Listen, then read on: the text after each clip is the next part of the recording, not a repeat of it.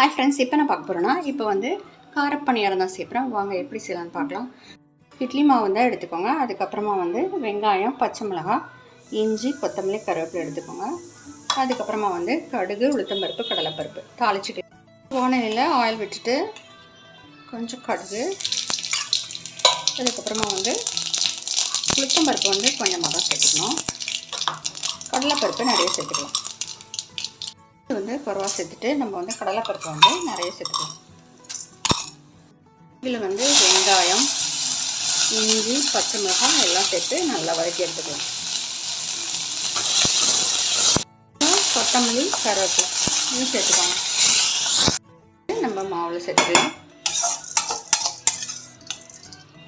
நல்லா கலந்துட்டுக்கலாம்.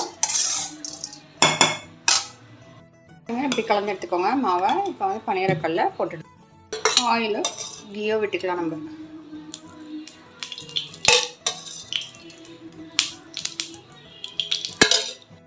இந்த கீ கொஞ்சம் விட்டுக்கலாம்.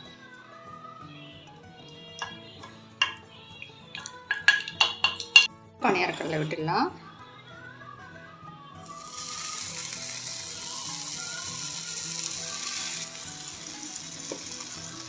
நீங்கள் சுற்றி விட்டுறணும். அப்புறம் வந்து நடுவில் விடணும். ஏன்னா நடுவில் வந்து விட்டோம்னா கொஞ்சம் வந்து சீக்கிரமாக வந்துடும், கலர் மாறிடும். விடலாம்.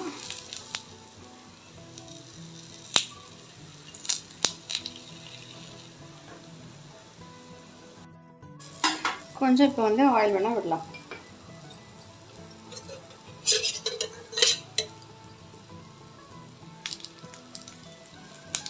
பாருங்கள், தெரியும், நல்லா சூப்பராக வந்துடுச்சு.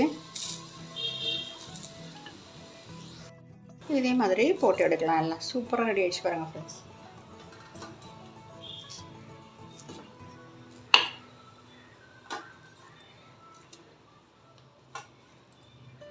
எவ்வளோ சூப்பராக அருமையாக ரெடி ஆகிடுச்சு பார்த்தீங்களா? காரப்பணியாரம். இப்போ வந்து நம்ம ஸ்வீட் பணியாரம் செஞ்சுக்கலாம். சட்னியோட சாப்பிட்லாம். சூப்பராக இருக்கும் ஃப்ரெண்ட்ஸ். ஈவினிங் டிஃபன் சூப்பராக இருக்கும். இது மாதிரி நீங்கள் ட்ரை பண்ணி பாருங்கள். பிடிச்சி லைக் பண்ணுங்கள், சப்ஸ்கிரைப் பண்ணுங்கள் ஃப்ரெண்ட்ஸ். பாருங்கள், அவ்வளோ சாஃப்டாக சூப்பராக இருக்குது.